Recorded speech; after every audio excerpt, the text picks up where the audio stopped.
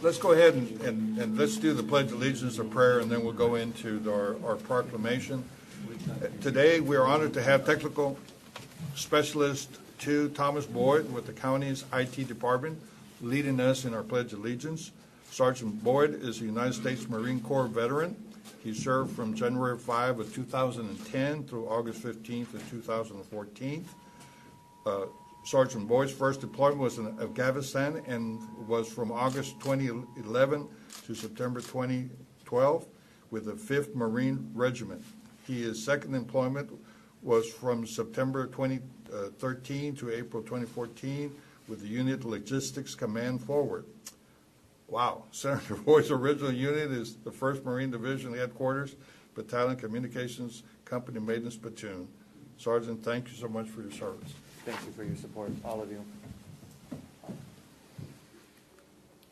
I pledge allegiance to the flag of the United States of America and to the republic for which it stands, one nation, under God, indivisible, with liberty and justice for all. Thank you, Sergeant. Thank you.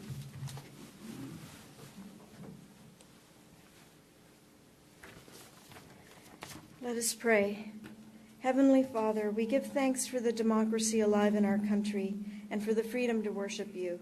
Help the elected government and all in positions of power and authority to govern wisely and for the common good of all. Amen. Amen.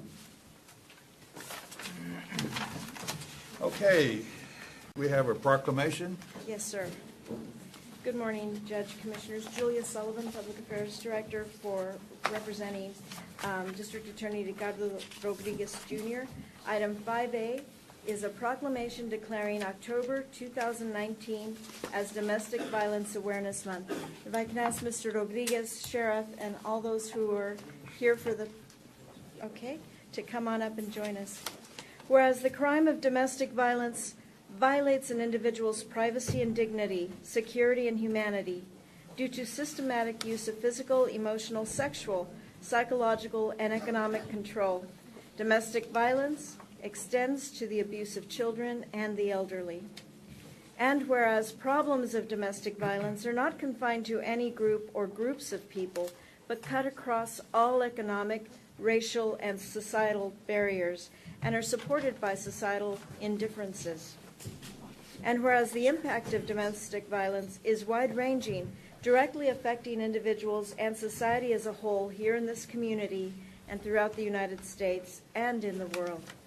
And whereas the Hidalgo County Criminal District Attorney's Office Victims Unit and Hidalgo County Family Violence Task Force, in collaboration with other local groups and agencies, are working to educate the public about resources available for victims of domestic violence. And whereas survivors of domestic violence themselves have been at the forefront of efforts to bring peace and equality to the home. Domestic violence can no longer be treated as a silent epidemic.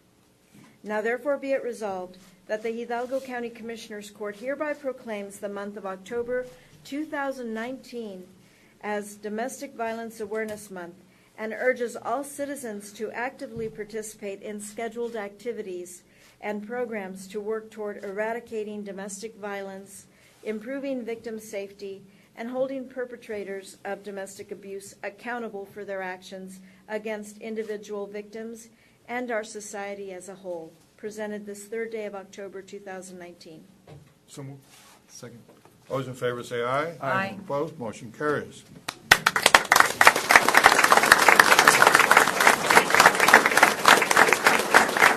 And I'd like to invite our DA to say a few words.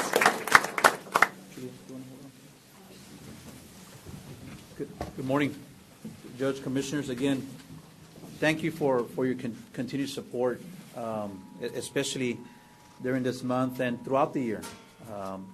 Every time that we come before you, it's possible because of the work and the service that you do, not only for us but for the whole county. And we're here because of you on this proclamation, and we thank you. Without the proclamation, we wouldn't be able to have all these individuals here today that stand before you with one common goal in stopping domestic violence. I like the purple. Thank you for wearing the purple. It looks nice on all of you. And I also want to take this time to thank all the agencies that are here, whether it's law enforcement, whether it's agencies that provide services, Mujeres Unidas, all the different agencies that somehow, some way have provided, individuals, communities, victims, some kind of service, not only as to domestic violence, but as to other issues that we have in our community and here in Hidalgo County. I want to thank them not only for what they've done, in providing the different resources that are available, but I want to thank them for their great work, because they do make a difference, and they have made a difference in this county and in our communities, in the sense of making our communities safer. But services are very vital, and they're very important. As we know, in these past months, we've had some individuals that I consider my heroes that have passed in the line of duty in providing a service. And that's what we're trying to do here. We're trying to provide a service to everyone. But more importantly, we want those victims to understand that we are here for them, including the county judge and the commissioners and all of us. We are here with them. We don't want to be silent anymore on this matter. And for the past 5 years, we've had Purple Day celebration to honor those victims, and also the ones who have passed and the ones that exist within our communities today. We want to show them that by standing together, they don't have to be silent, that they can come out. Just yesterday we were having an Operation Safe Talk that so many individuals were involved in, and I took a call. I took a call from a mother who was concerned about her daughter, who was in a relationship, an abusive relationship, and she didn't know how to help her daughter. But just the phone call itself, we were able to talk to her, explain to her the services, not only that the county or the DA's office offers, but everyone in Hidalgo County. And today she came to us, and we offered the help that she needed. So prevention and awareness does work. It does work. I was telling someone from the media, you come to us when something has happened already.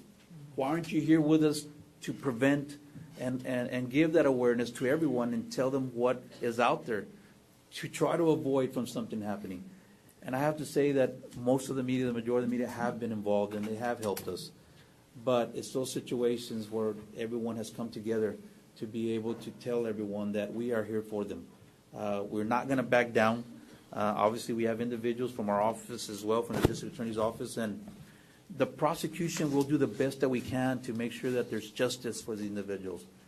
But we should try our darnest to try to prevent it. And this is one way that we're trying to show our community and the people out there that we're going to do everything within our power to try to prevent and give as much awareness as we can and educate the people, because our communities do matter. The citizens that live in this county do matter. And just because you want to love someone and just because you want to care for someone, it doesn't mean that you have to live in an abusive relationship. So I thank everyone for being here. And your presence does matter, even to the ones that are in the back somewhere over there. Your presence does matter here. And I know somehow, some way, we have helped so many people, and we'll continue doing everything we can to provide the best service that we can as a team together. So thank you again, Judge, Commissioners, for taking up the time and allowing us to have this proclamation. But I'm going to allow some other individuals that are here to say a few words. I'm going to bring up Mia Alejo from IB Lamar Academy, who made a wonderful presentation the other day at McAllen City Hall, where they also recognized Purple Day. So, Mia, it's all yours. Thank you. Good morning, Hidalgo County Judge Richard Cortez, District Attorney Rodriguez, and Hidalgo County Commissioners, and all others present. Thank you all for making an effort to attend this event in support of the Hidalgo County's proclamation that declares October Domestic Violence Awareness Month. My name is Mia Alejo, and I am a senior at Lamar Academy in the International Baccalaureate Program. Domestic violence is a national problem that knows no boundaries. It can happen to anyone in any community, regardless of age, economic status, race, religion, or nationality. Domestic violence is the leading cause of injury among women. more than car accidents, rapes, and muggings combined. According to a recent national study, a woman is assaulted or beaten every 9 seconds. The most common reaction people have to domestic violence is questioning why a victim stays. And the answer is fear. Fear of escalated abuse, fear of losing their children, fear of insecurity, or just fear of not being heard. This proclamation declares the County of Hidalgo's commitment of zero tolerance towards domestic violence that harms victims of all genders, races, and ages. As a community, we must unite with the county and commit to the protection of victims and the reduction of domestic violence. The cycle of abuse in families will not be stopped until every person, directly affected by it or not, makes it their responsibility to aid in the breaking of these vicious patterns. Thank you.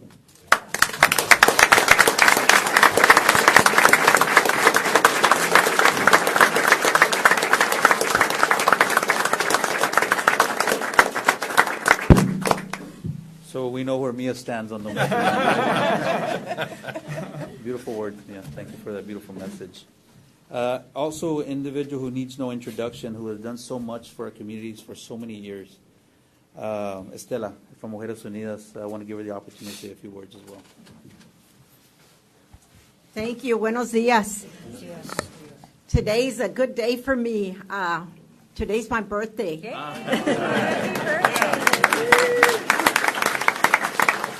I want to thank Mr. Rodriguez, our DA, for bringing together this morning everyone here for the proclamation. And of course, I want to thank our county commissioners, our county judge, for giving us the space to come here and increase awareness about domestic violence. Throughout the month, we will be having different types of activities to increase awareness. As Mr. Rodriguez was saying, it takes all of us. The law enforcement people that work with us throughout the year, the sheriff's department, all the crime victim advocates that work out in the community, and the police departments. So it takes all of us to be able to address this issue. It's an issue that is not just a woman's issue. It's a family issue. And in our community, we have made progress. We have come together and formed a task force back in 1998, 21 years ago. And the task force is thank goodness, still active today. And so between all of us in collaboration, we are able to address this issue in our community, our families. Our goal is to maintain a family that is free of oppression and abuse in their own home. And so it takes all of us. I want to recognize the students that are here, the young people that are speaking out about this. It's important that we pass on the torch to them. And Mia, thank you. That was a wonderful message. And so we, again, welcome everyone to join us tonight. We have an event. There will be a press conference at the McAllen Convention Center. We will have several speakers that will be there to speak about this issue of domestic violence and what we can do in our community to address it. So we invite everyone here today to join us tonight. We will also have a candlelight vigil to remember those victims that have passed as a result of domestic violence. So we hope that you will be able to join us tonight. Thank you all very much.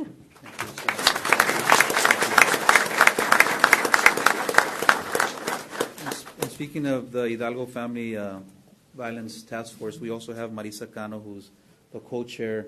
I will say a few words. And also another co-chair that's here present is Amy Cantu, who's a prosecutor in the District Attorney's Office in the Domestic Violence Unit. So, Ms. Cano. Good morning, Judge and Commissioners. Thank you for having us here.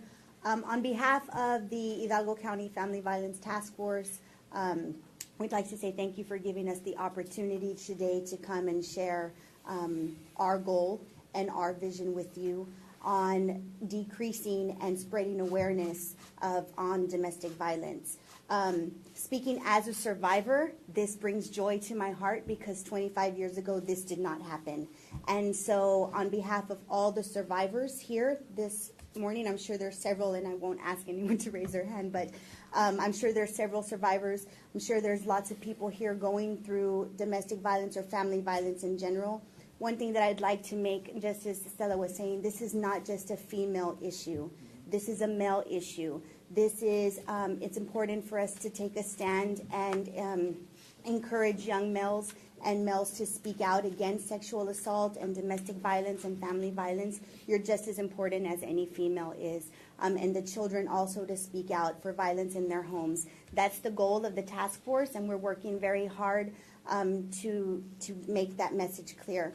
I'd like to thank all of the task force members who show up every single month and give of their time voluntarily to come out and raise awareness and provide services and resources out to those in the community.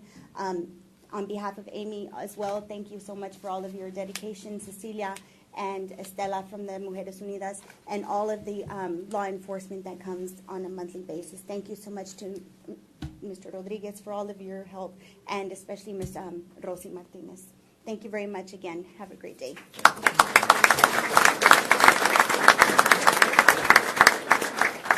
And before I ask the sheriff to say a few words, I do want to recognize some of the agencies that are here, who again do so much work. And then there's some that are not here, but also thank them as well.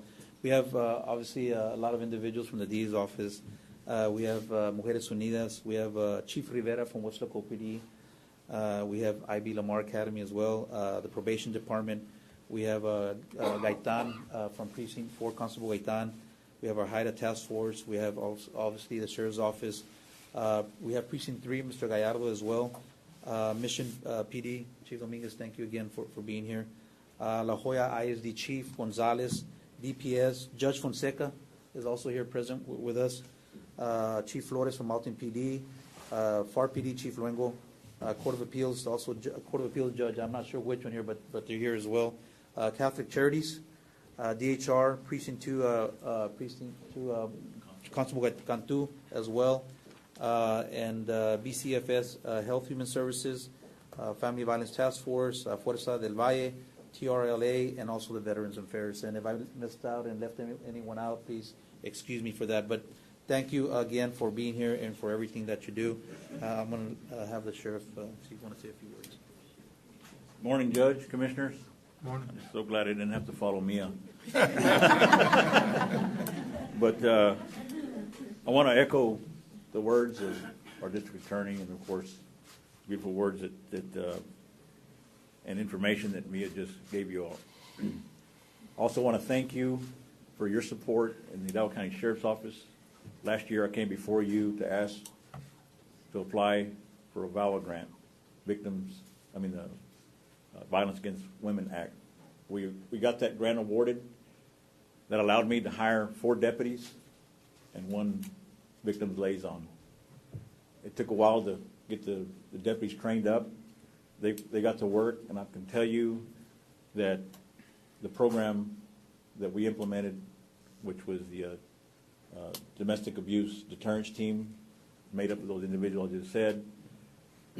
Before this team was put out there, your sheriff's office responded to about 130 calls per week involving domestic violence.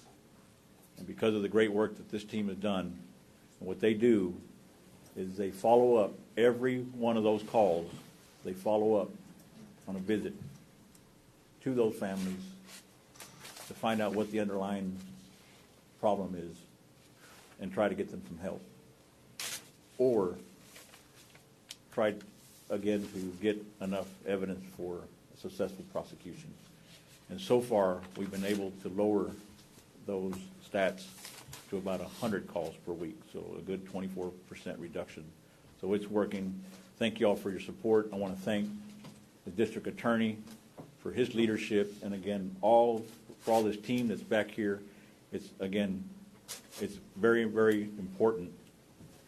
A domestic disturbance call is one of the most dangerous calls that my deputies and these officers respond to out in this county. And again, it's one of the most frequent calls that we're asked to go to on these calls for service. So again, I want to thank you for the resolution, for your support in bringing awareness and prevention to this problem.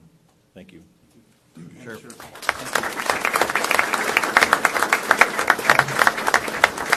Again, thank you for your time and thank you for your support.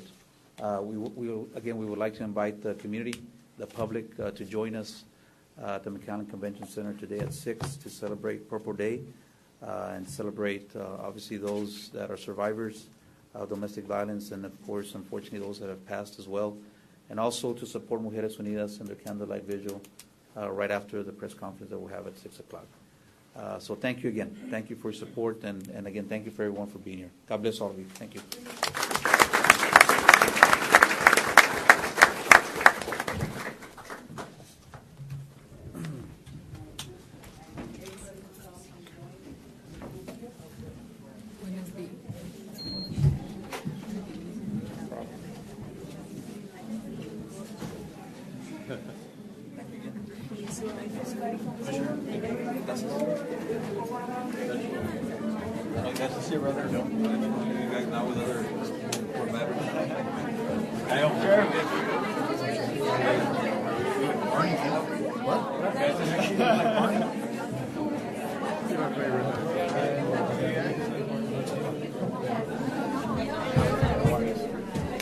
How are you?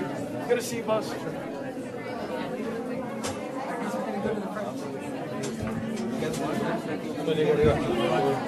I know. Easier.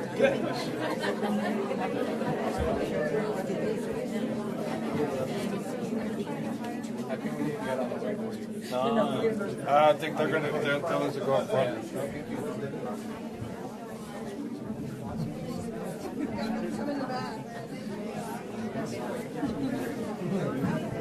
Hey.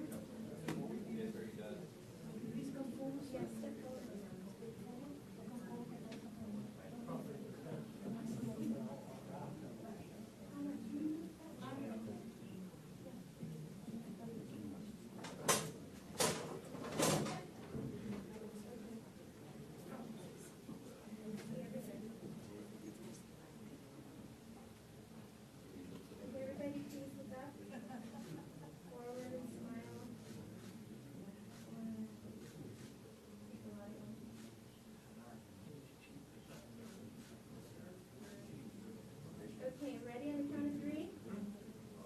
Everyone please look forward and smile. 1, 2, and 3. Okay, now, does anyone else need to come?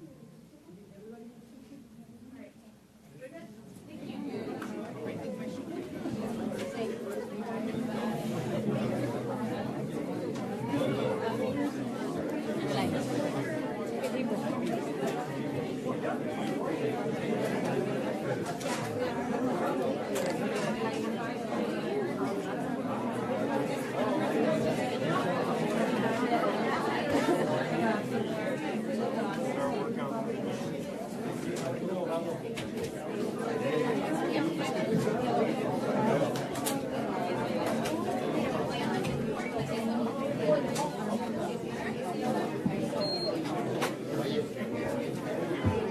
Okay,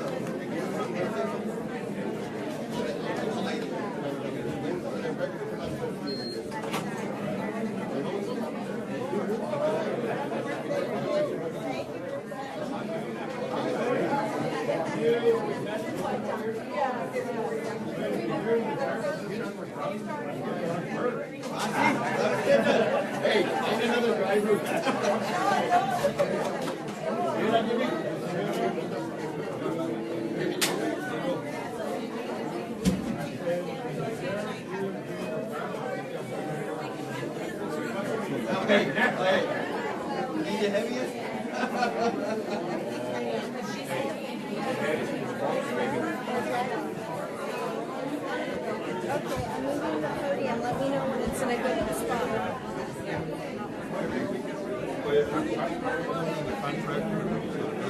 I've got, for next week Tuesday, I have an update with The podium or just till then? Pettis, who's working it for us. He's already made contact with Do you want me to Norman. He's already talked with Dallas. They're project launch, and so Tuesday, I want to make the formal one, so we can sign it. Okay. You're welcome. Well, Bob called me. Yes, okay.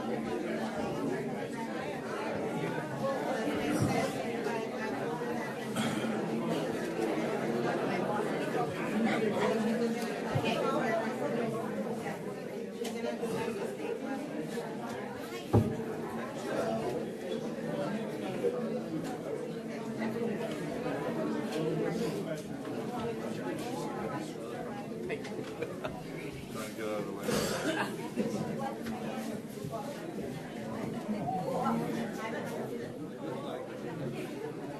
How long is that, Commissioner?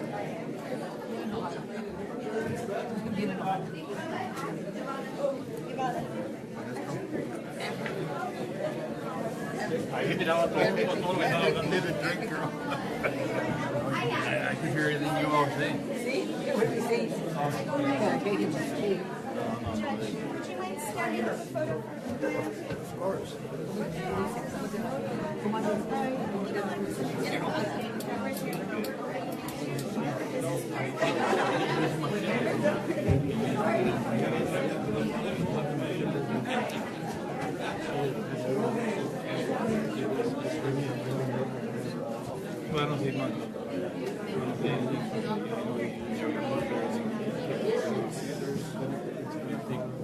It's going to be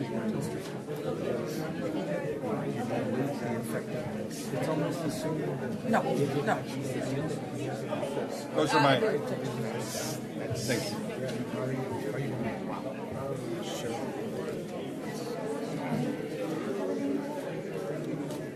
Okay.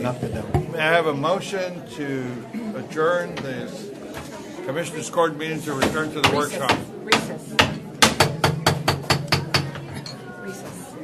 To I'm recess. sorry. Start to adjourn. May I have a motion to recess the Commissioners Court meeting to return to the workshop? So moved. Second. All those in favor say aye. Aye. Anyone opposed? Motion carries.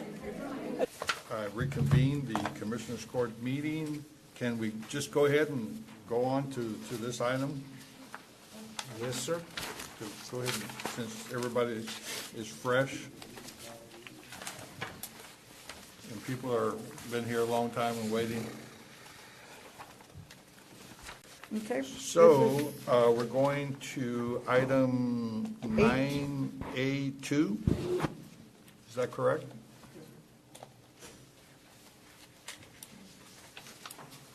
Oh, I'm looking at the wrong agenda. Going to regular.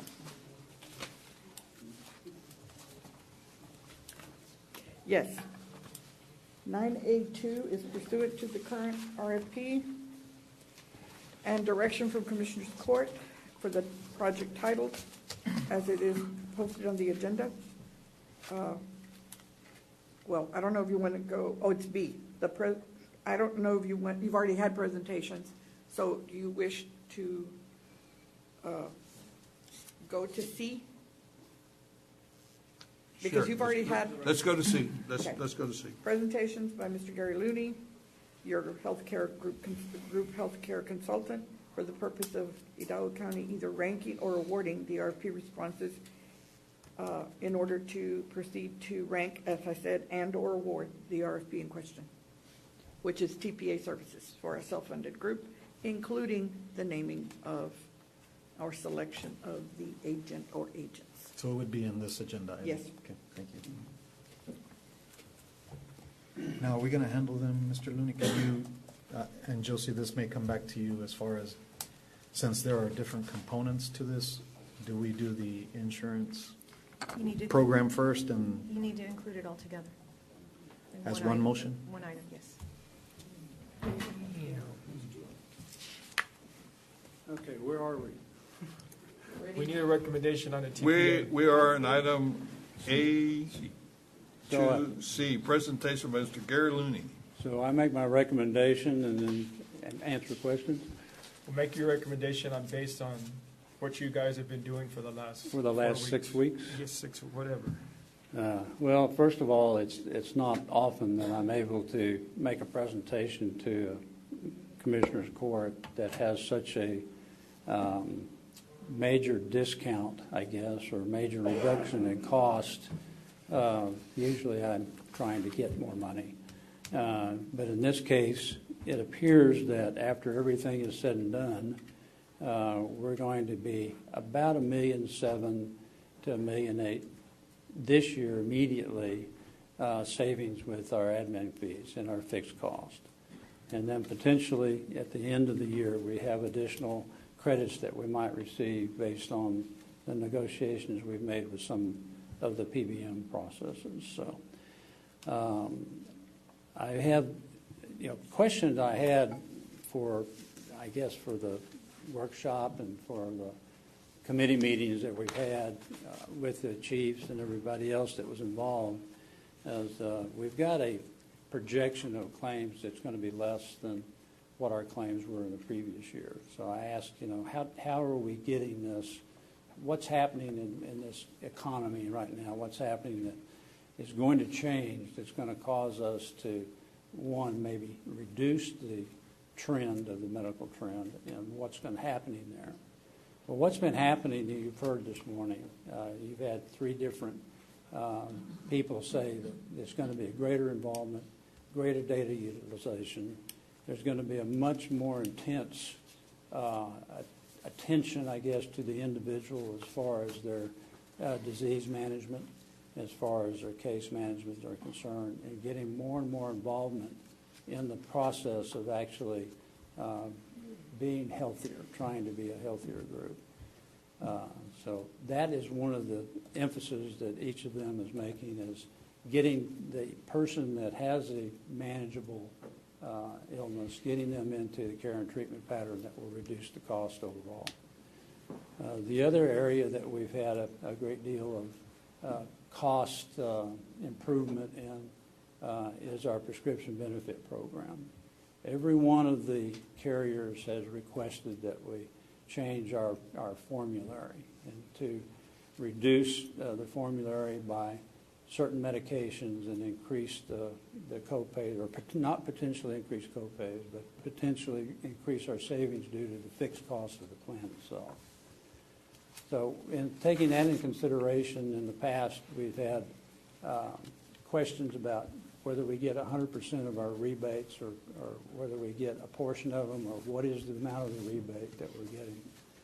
So when negotiated in this RFP, when we put out the negotiation for the carriers, we said, okay, what we want you to do is give us a fixed dollar amount credit based on what your perception or what your future costs are going to be on the prescription benefit program. How much rebate are you going to give us on the full 100% rebate? Figure out the 100% or project the 100%, then give us an upfront credit to apply against our admin fees. And then at the end of the year, when we get to the full rebate number, we want 100% of that rebate returned to the county. So there's a corridor that we get on the fixed cost, and then at the end of the year, we should get an additional payment based on the prescription benefit cost. In the interim time, we're reduced the percentage of reduction in the cost itself, so that you had asked the question about changing the contribution, that the amount of the prescription ingredient cost might change from one carrier to another, or from one person to another person. And I think you heard that from Aetna that depending on the pharmacy that you attend, depending where you go, may be a variation in cost that's paid. But the overall co-payment for the individual is still going to remain the same. There's one area that's very, very beneficial to the employees, and that is the fact that specialty medications are very expensive. Some of them range over $80,000 to $100,000 a year in cost. Under your current plan, specialty medications are covered under a copay. They're covered under our maximum on our copay, so that there's not a restriction for your employees to have the high-cost medications that are required for, such as the hepatitis C medications. So we're keeping that inside the plan, keeping it. Transitioning into other formularies is a very difficult process because you're asking employees to move from one medication to another or go to a higher copay or a lesser copay. In dealing with the Aetna and transitioning into their formula, they have completely grandfathered all employees moving forward to the next year in the location of where they are today, copays where they are today. With the exception of about, I think, 114 people that are benefited by moving to a lower copay. And then there's 21 people that would be impacted by moving to a higher copay. Moving to a higher copay means instead of $20, they're paying $35, so it'll be an additional $15. But there are therapeutic equivalents that could be exchanged that could bring those individuals back into the lower copay process. All of that goes into the consideration of where we're saving dollars and where we're saving money moving forward. The other things that you've heard have to do with percentage discounts. If you look at the guarantees of the percentage discounts in the proposals that have been presented, you've got United Healthcare had a guarantee of 68.5%, Blue Cross 67.5%, and right now the Aetna's at 68.5%. They don't. That's the guarantee level. That's not what they say is being produced. They're saying they're producing at 70% or 70.1% or 70.5%. If you look at the actual numbers from Aetna currently, inpatient ambulatory or inpatient services are being treated at 69%. Ambulatory at 72%. So we've got those kinds of percentages that we're currently getting discounts on. The other thing that we looked at was the wellness type circumstance.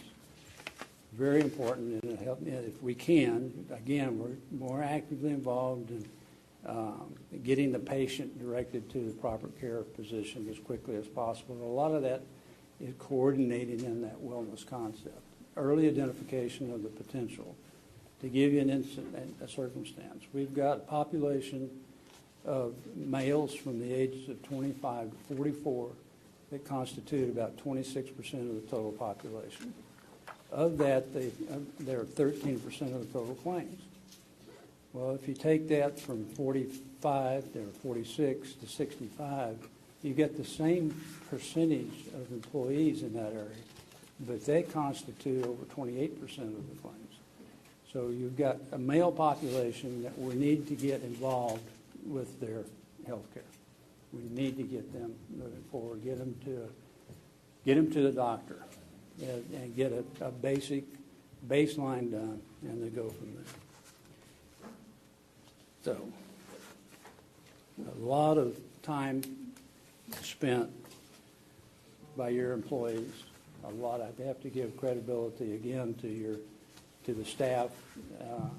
We work very closely with staff on a regular basis, and have extended and we're presenting a timeline for next year where we'll have a much more active involvement with not only the budget office but the chiefs of staff and any other that you may want to have appointed to that. We may even take somebody from the DA's office if we're unlucky. Sorry, I'm trying to get a little humor in here, guys. But it's, I've got three people behind me back here. I wish I had a rear view mirror because I can't make all three of them happy. I can hopefully make employees happy by changing the benefit plan to a degree that will help make them less costly to attend the physician, less costly to go to the doctor's office. I've made some recommendations to move deductibles, move co-pays. You've heard about the 0 to 18, no co-pay for kids. And Commissioner Torres, I think your answer was yes, it's a little more expense, but the return on investment is. And we've got evidence of that with histories that we show from other locations. So there's a lot involved. I don't know if y'all remember Yogi Berra or not. A lot of you are too young to remember Yogi Berra. Well, you were a catcher, though, weren't you? So you may have some of the Yogi images. Hoyt Wilhelm was a knuckleballer. And as a catcher, he said, trying to catch a knuckleball from him was like trying to catch a butterfly with the hiccups. And it's been kind of similar to that in the last 2 weeks of trying to make sure we get as much fairness and accuracy into the presentation as we possibly can. So I've made a recommendation.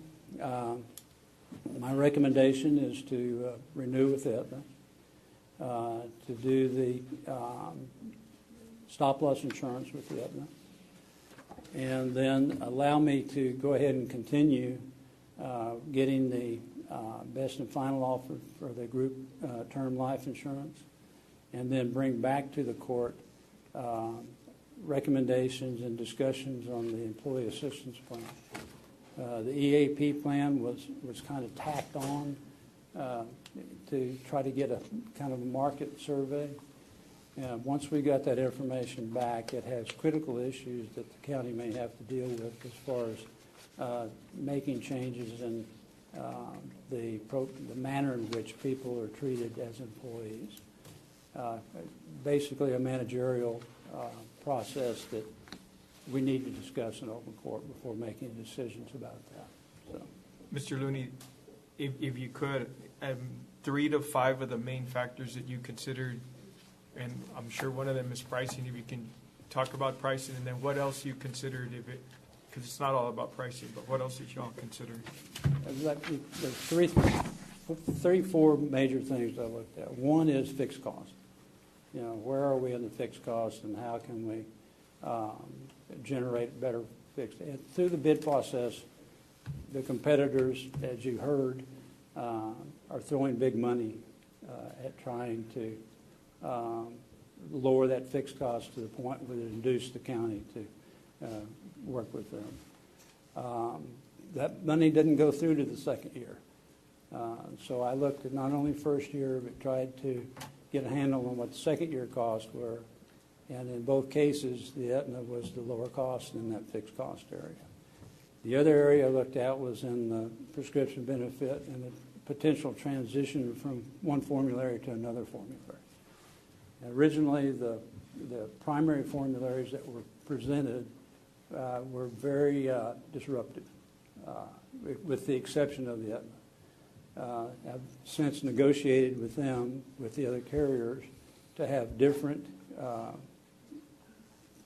PDLs or formularies, and they were able to help in reducing some of it. And in such cases, though, in one case they had to increase the cost of the medical cost of the plan to the plan. In another one, there was an absorption of risk. So in measuring that, though, for the transition purposes, for the employee's best interest is to be grandfathered and then work within the system to make the changes for the formulary that would be in effect in 2021.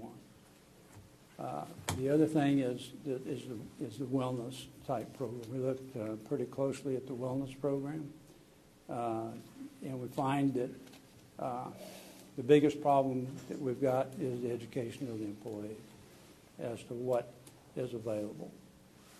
We're looking at the possibility of new additional facilities that are being discussed and worked within the network for the county, so that we have additional urgent care areas. We have the many hospitals that can be in networks. We looked at, but that's overall. That works with all carriers. But we did look at that to see if it would be beneficial to move that area. Does that answer? There was one other. You said fixed cost, prescription, wellness. What was the fourth thing? Was there another one? Facilities. Facilities. The difference between, you're making the recommendation of Aetna, but the difference between the cost of Aetna compared to, I think it was Blue Cross Blue Shield, they came in second. What's the difference in cost? Or what's the difference in savings? You know, it's everything's projected. And so the guaranteed projections were at some point 27, 28, 29%, somewhere in that range. The actuality, what they stated earlier, was that they were over 70%. We're getting over 70% now in some areas. So that percentage differential, is part of what we looked at in the claims differential. So are you making the recommendation for Aetna on all three? On the TPA, the pharmacy, and the stop loss? Yes.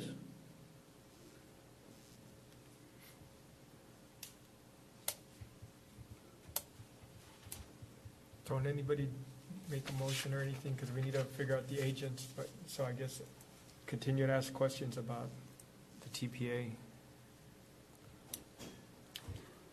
I'm open for questions. I'm going to go back to, are we doing just the basic plan, or are we doing the buy-up as well? My recommendation is to remove the buy-up plan from the contract. Is that something we do now? Sir? Is that something we do now? Yes. Well, effective January 1st. I'm sorry. But is the decision made in this agenda item? Yes. Item number. Oh, it's a different item, okay. Okay, I'm sorry. I don't mean to jump ahead. I was trying to clarify. It's Okay. in D? That would be D. Okay. Sorry. And did you all check, as it was suggested to you, what employees would be impacted by this and et cetera? Yes. Did you all do that? We have it by name. I'm sorry? We have it by name, and Okay.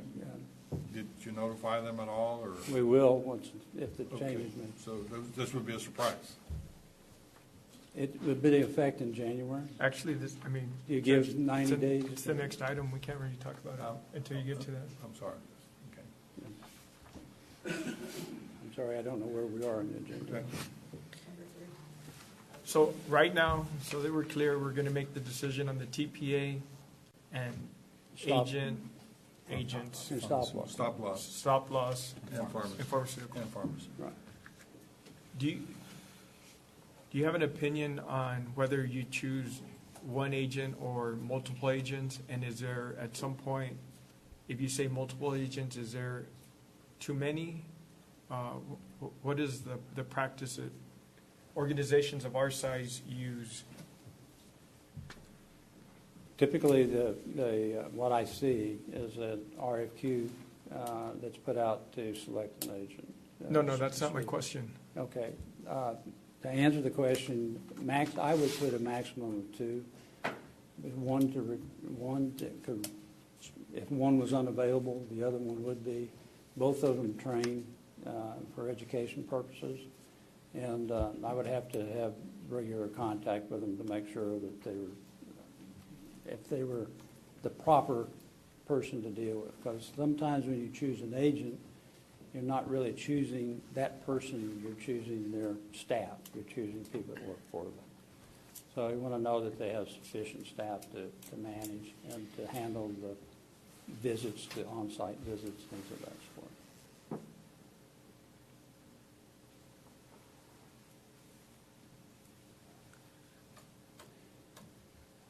I think I passed on giving them enough information to make a fair appraisal. I'm not sure that your question was totally responsive. I mean, your answer was totally responsive.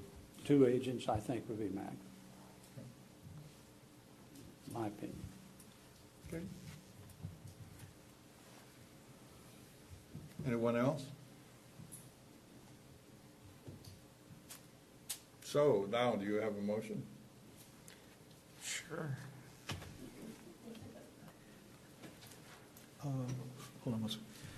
I spoke with Josie. I've typically abstained from conversations with respect to insurance companies, but I posed some questions to you. You don't see that I have any conflicts with respect to a decision made today on any of the items that are on this agenda, correct? That's correct, Commissioner. We discussed the provisions of Local Government Code, Chapter 171 and 176, and as to 171, which would require you to abstain, it would only be if you or your wife earn 10% or more of your gross income from any of the vendors that have submitted applications for this particular RFP. I make a motion, is it? I make a motion to go with Aetna. Do I have to specify the items or on all items? Can I say on all items? Make a motion. All items contained in the RFP. All items contained in the RFP, and then I'll go with 2 agents, Robert Garza and Puro Aseguro. I really don't want to go back to agents that have already been working with us. That's my motion. Is there a second?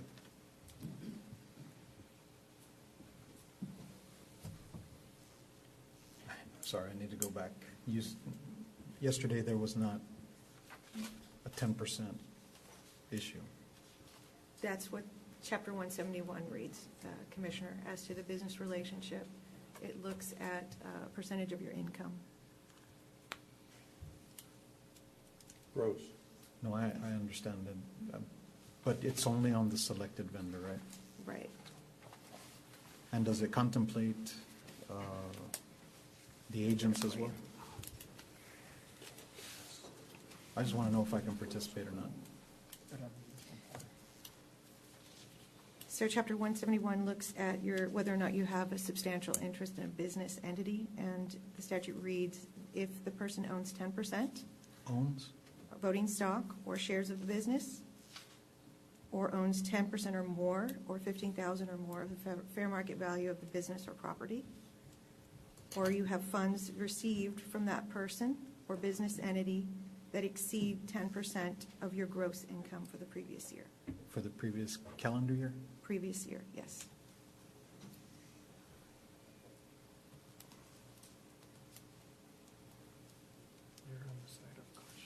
Yeah. I think with that 10%, I just don't, I can't answer affirmatively, so I'll abstain. Okay. So the motion dies. Let's Okay, go. why don't we do this? Why don't we entertain a motion for the third-party TPA. administrator, the stop-loss assurance, and the pharmaceutical aspect of it, and then we'll go into the agents? Be easier. Then it'll be, Can we do that? yes. Josie, can we do that? Why not? I'm sorry. Can we do the TPA first and then the agents? Because the agents is going to cause, because there's so many options. You don't have an item on the agenda specifically addressing that. Can we choose the TPA today and bring the agents back for Another item. Tuesday? And put the item on? You can bring another item back. It's gonna be complicated because it's, Or can we table this and put it on Tuesday's agenda? what's that gonna do? You're gonna separate it? Oh, no, but that's, I don't know if we can separate it. If we could separate it, then we can separate it by doing we'd have to TPA separate it. today and agent on Tuesday. Let me try this motion. The same people that we had last year. Would it be the same people, Edna and Bob Trevino, and who was the other one? Jeff Everett. Jeff Everett. Yeah, that's my motion. See if it passes. It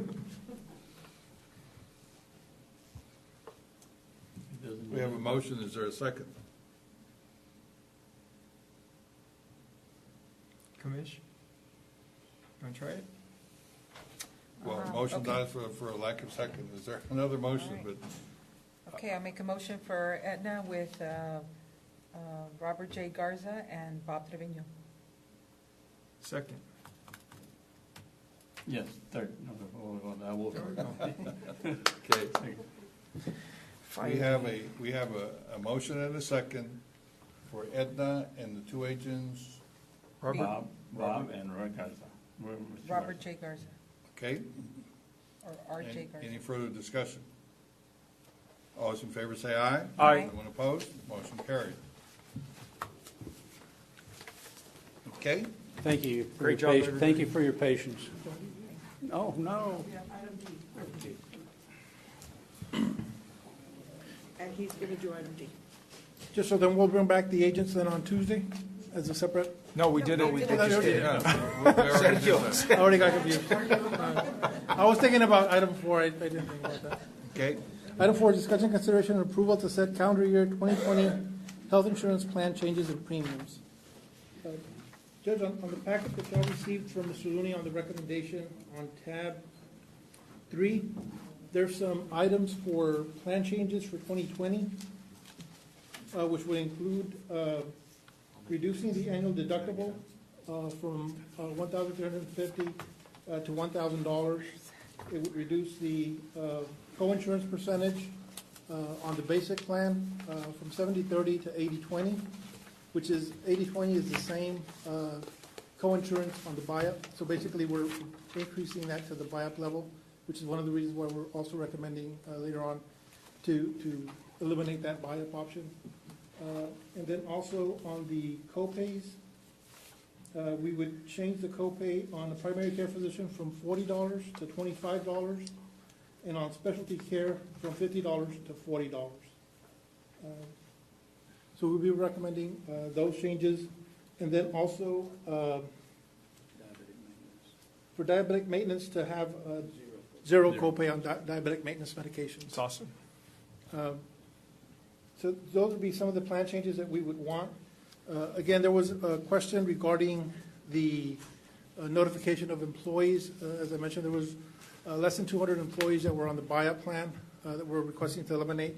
So basically, the co-insurance, they don't lose any benefit there. We're actually bringing everybody that's on the buy-up to that better co-insurance, better co-pays. The only thing that doesn't change really is going to be the maximum out-of-pocket. So that's where they would basically be negatively impacted, but it's basically about a $2,000 impact for individual, and roughly about a $2,500 impact, I think, for on the out-of-pocket. For the family, roughly about a $4,000 impact for the family if they're in network, and about a $5,000 impact if they're out of network.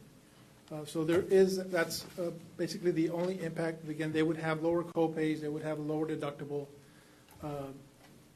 and all of that would be a plus for them. And we would communicate with each of them in order, so that they could plan accordingly for the next plan. So for those, for that insurance plan changes, again, we're recommending that we approve those that we listed earlier, and then also to eliminate the buy-up option, and basically on the basic, we would increase premiums by roughly 6%, by 6%. And those would be the changes that would be requested. And there was a schedule before that you had. Yes, we provided a schedule on the actual premiums that would be charged to the employees. Okay, there was a schedule that you had prepared, okay. Is it this one, Sergio? Yes, it would be that. Those would be the new premiums based on the 6%. The only thing we would, Well, but that was not going to be my question. Okay. Yes. You had presented a Hidalgo County benefit plan changes. Remember yes, this that's on report? tab 3, yes. Yeah, remember that report? And- Yes. And that's pretty much what you're recommending? What we're recommending. Okay, and there you put down that it's, what, 819,000 additional expenses? Yes, projected that the Proje- cost of the plan would be projected roughly about cost 819,000. That gives rise to these premiums based on a 6% increase? No, the 6% increase was based on the actuarial analysis, and that would provide the 1.5. Well, including.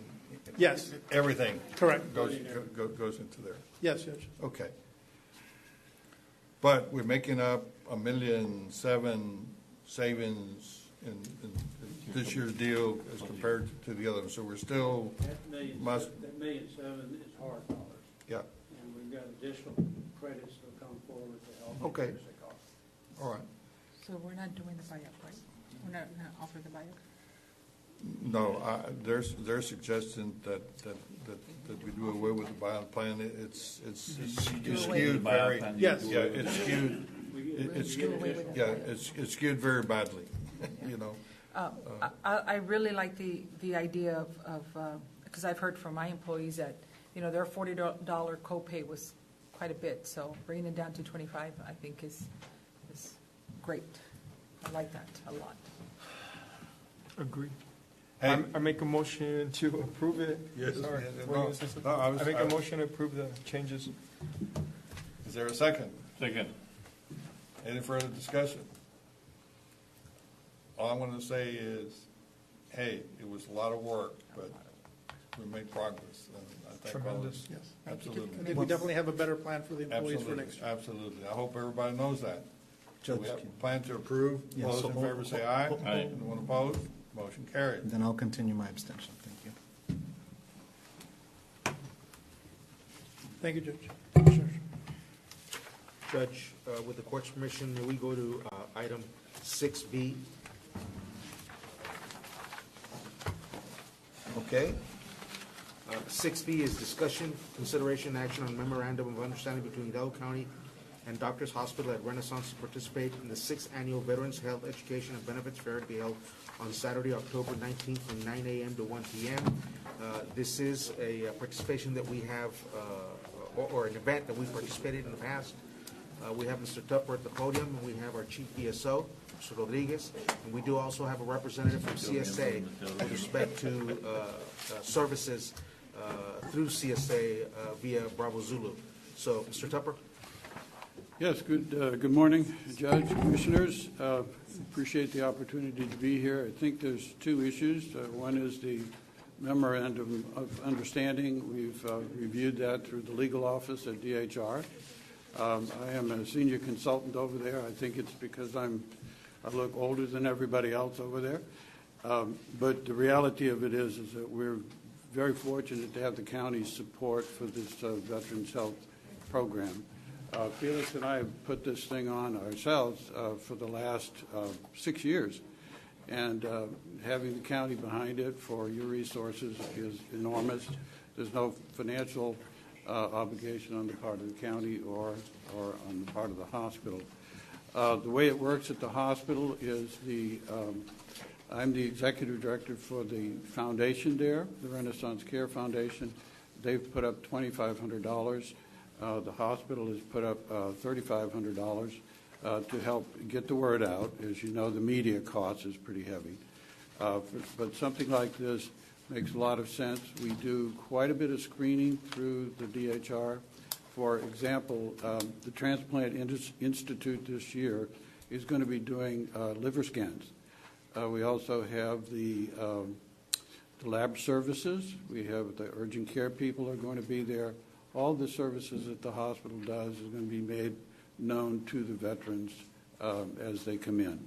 It's meant to be a very positive thing, but we also have clinical psychologists there from the VA who will be doing counseling one-on-one and in group from everything from post-traumatic stress to issues such as suicide prevention and other things that affect veterans.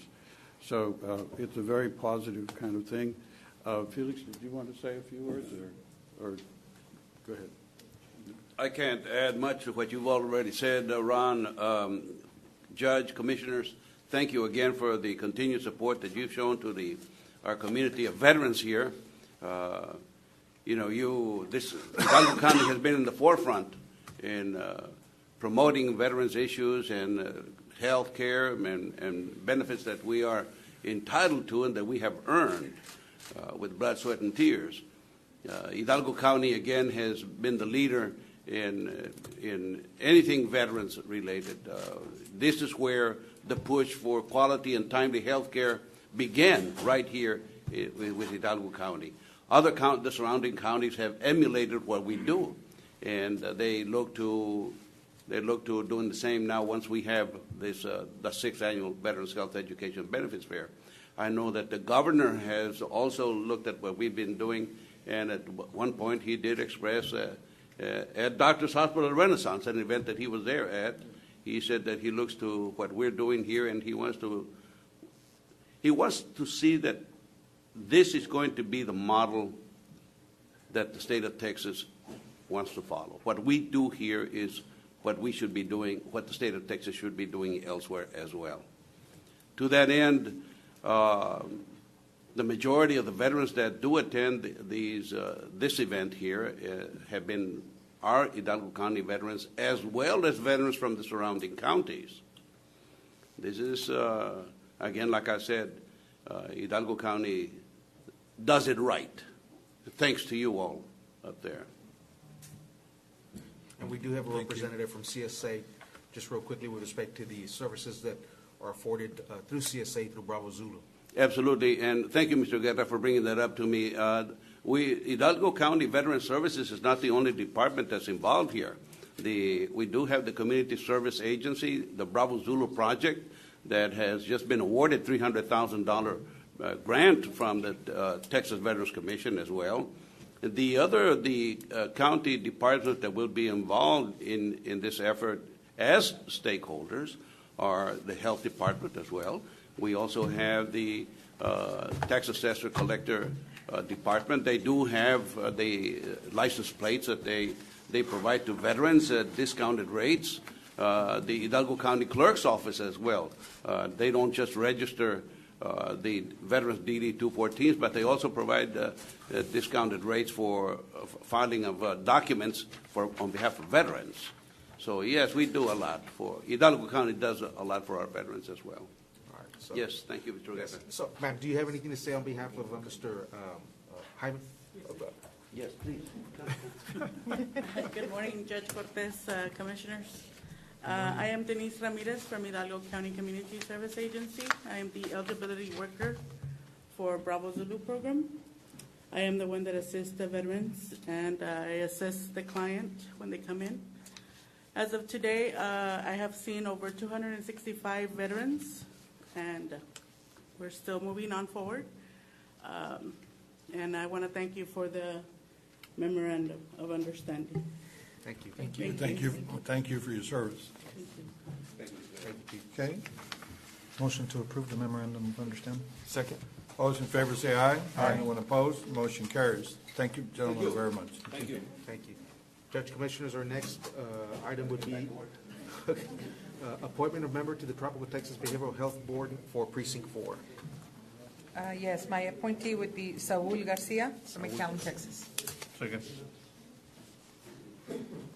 All those in favor say aye. Aye. Anyone opposed? Motion carries. Can we now go back to number 4, approval of consent agenda? Yes, sir. We do have approval of consent agenda, and I just have, where is it? Just me. Oh, here it is.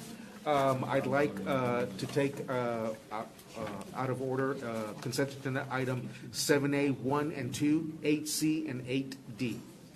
Move to approve without those items he had mentioned. Is there a second? Second. All those in favor say aye. Aye. Anyone opposed? Motion carried.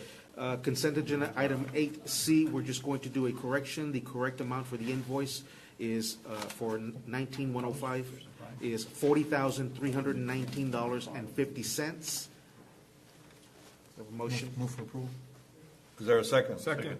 All those in favor say aye. Aye. Anyone opposed? Motion carried. And consent agenda item 8D, all appropriate paperwork and funding will be identified and provided to the auditor's office. Motion to that effect? Move for approval. Second. All those in favor say aye. Aye. Anyone opposed? Motion carries. And for the record, Commissioner Fuentes abstains from any discussion and/or action with respect to consent agenda items 7A, 1 and 2. If I can just ask for one clarification for the record, on D, that would be approval of all 1, 2, and 3 with Yes. the Yes. funding to be provided. Yes. Okay, thank you. Commissioner? Motion for the, for Okay. 7A, 1 and 2?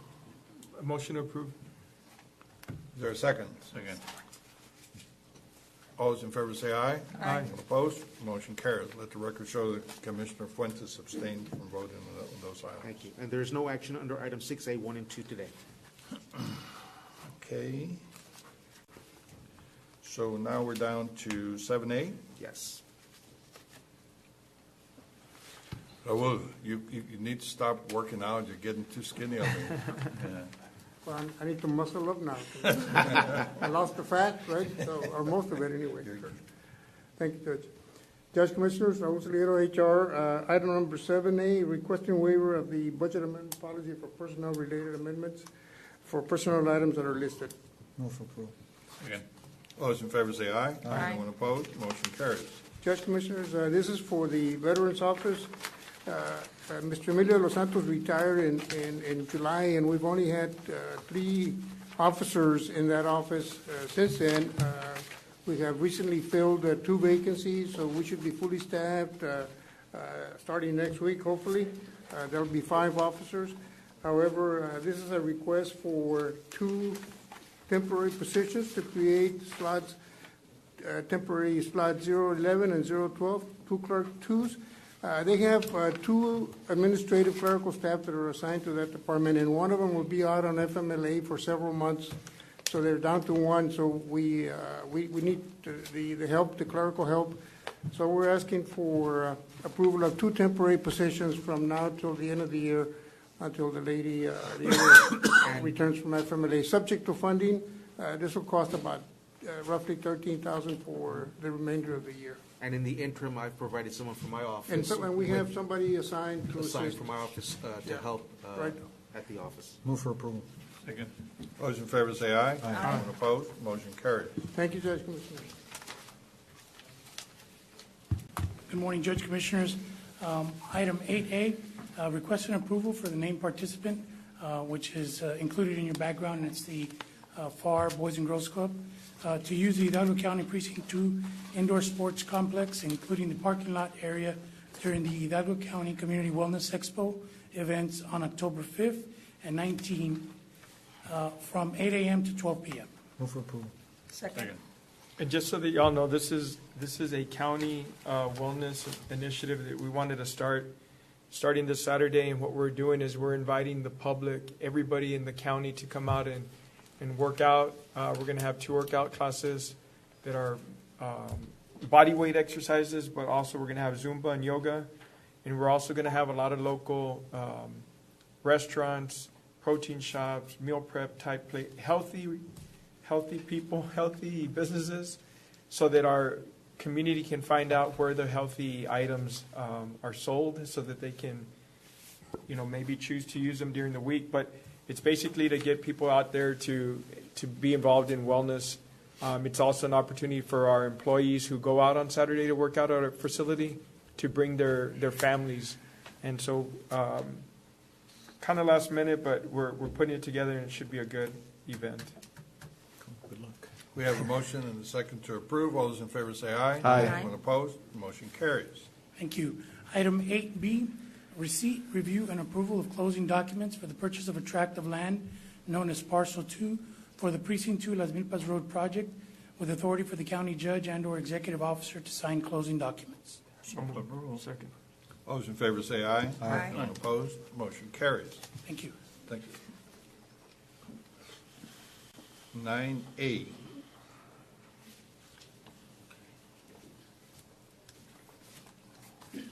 Excuse me.